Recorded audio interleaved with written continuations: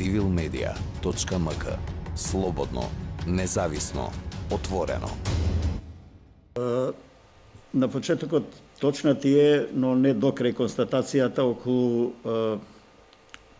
мојот поглед за новите медиуми визави старите медиуми и припадноста, затоа што и моето кредо било следи ги процесите како се движат, за да бидеш во тек со времето, со технологијата, со настаните. Веќе, дури во Македонија, да не зборувам за светот и за развиениот свет, социјалните мрежи и медиумите се мејнстрим практично, за разлика од класичните медиуми. Јас себе лично не морам и не чекам веќе вести за да се информирам во 17 часот или во 19:30 што се случило. Веста што ќе стаса во јавноста на било кој начин, дали тоа преку портал, преку некој Facebook статус или на Twitter, веста значи можам да, не јас, сите, да ја консумираме. Веќе медиумите и не се надпреваруваат во брзина кој прв ќе објави некоја вест, затоа што тие ја изгубија кондицијата во брзина, класичните медиуми. Сега тука водството е кај електронските медиуми и кај социјалните мрежи, дури и кај индивидуата.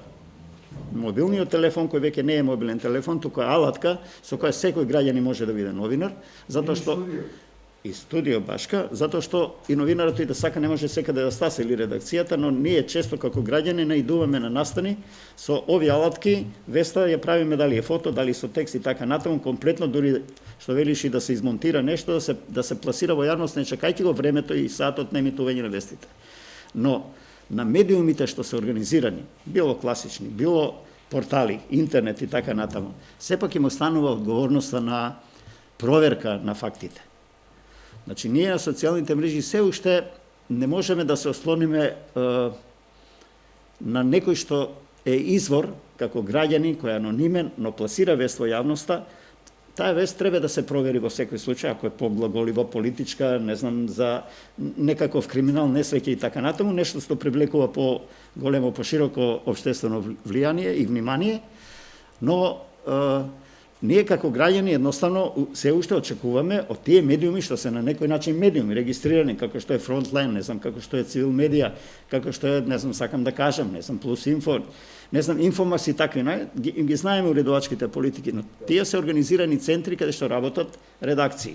И нив граѓаните, како што се и телевизиите, радијата и така натаму класични. Значи, во таа смисла, мислам дека никогаш нема да изумрат медиумите во класична смисла, кои ќе бидат центар продукцијски на проверка на фактите и на објаснување на настаните.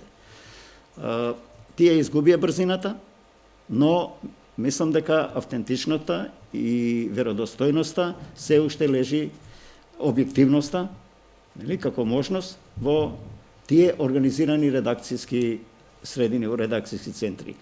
Но социјалните медиуми даваат можност на секој индивидуа самосвесно да се афирмира, ако тој се наметне во јавноста со информации и јавноста почнува да му верува, тој е исто така субјект како да е цел еден медиум. Во таа смисла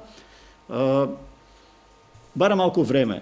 Значи, кога Џабир Дерала ќе се јави со нешто, публиката веќе знае дека тој е новинар со години, има традиција, сериозно и ја користи својата алатка да пласира некоја вест.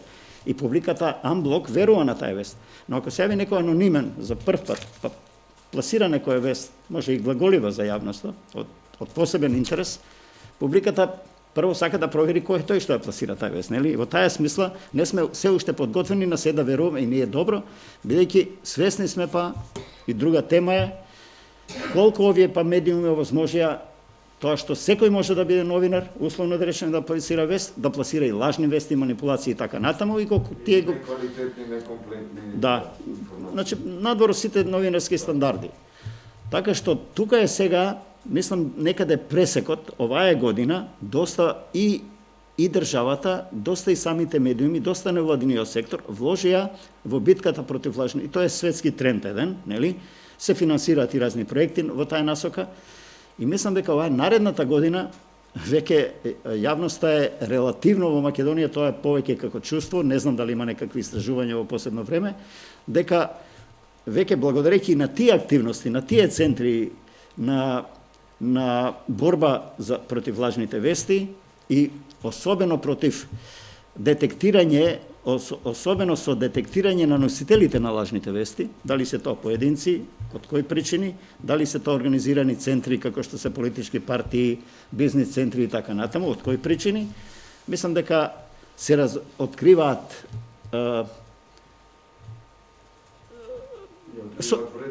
создавачите на лажни вести се откриваат и така се едуцира публиката. Но мислам дека во овие активности и на невладиниот сектор и на државата е многу важно.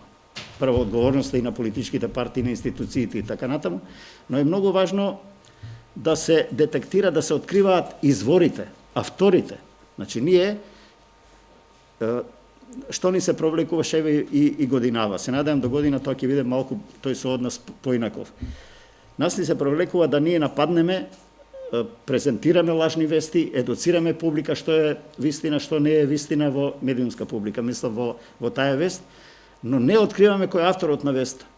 Ние мораме како медиуми веќе да ги откриваме авторите на тие вести, да видиме кои се тие центри, тие да ги разобличуваме, за да ги демотивираме да се занимава со таа нечесна новинарска професија, ако можам така да речем. Не знам дали сум јасен. Ова може би малку личи на дека невладиниот сектор, па и самите медиуми треба да бидат и власта секако, нели? Некои истражни органи. Но ако ние само се занимаваме да проверуваме и да трошиме енергија и редакцијска, и индивидуална во нашата работа новинарска, да провериме што е лажна, што не е лажна вест, тогаш таа битка мислам дека ќе биде секогаш изгубена, затоа што изворите на лажни вести денеска може да направат таква продукција да ние физички не можеме да ги провериме нивните факти во наводници. Но ако еднаш, два пати покажеме со прст, како што сега се случува во високата политика, например, околу тоа подршка за Чешка, Словачка, не знам, некој министер бивши и така натаму, значи, ете го изворот, не министер, него пратеник, што беше. Значи, ете го изворот на лажната вест. Следниот пат, кога таа особа, таа личност ќе пласира некоја вест, јас како граѓанин ќе сакам да проверам или да видам од неколку извори дали тоа Дејќи Џабир ми ја дал таа вест, да видам дали Џабир пак продолжува со тоа. Веќе не му верувам, нели во таа смисла. Сакам да кажам камо среќа да има повеќе Џабири во. Јас би рекол повеќе Зоран и се разбира и повеќе од оние што се денеска гости на конференцијата. Зоран, ова е голем оптимизам што го гледаме, се разбира и со доза на предпазливост, која може да се забележи, меѓутоа за сосема последно прашање и точка би рекол во оваа наша средба, се разбира ни прва ни последна, и пред да си кажеме среќна нова година, јас би сакал да те прашам што мислиш, дали на луѓето всушност им требаат фактите и вистината? Мене ми изгледа како луѓето да се влезени во една фаза, она што некои теоретичари во денешно време велат, се вика фаза на или ера на поствистината. Дали на луѓето всушност не им е потребно само да си ги потврдат своите предрасуди и своите гледишта, односно погледи на свет, а не факти и информации? Не, јас не можам да верувам во тоа. Да не го цитирам Достоевски, нели, се ќе помине, само вистината ќе остане. На луѓето им треба вистината како леп и повеќе од било што. Значи, вистината е екзистенција, всушност. Ние не можеме да живееме во лажен свет, во лаген ден, кога и да една минута ќе се разбудиме.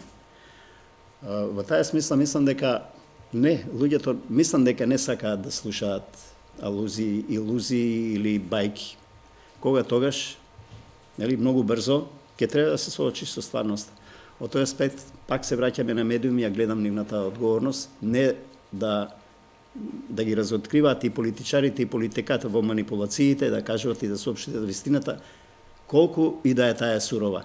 Значи, колку и да е таа сурова, мислам дека обврска на новинарите и на новинарството е да ја зборуваат вистината и да ги разобличуваат невистините.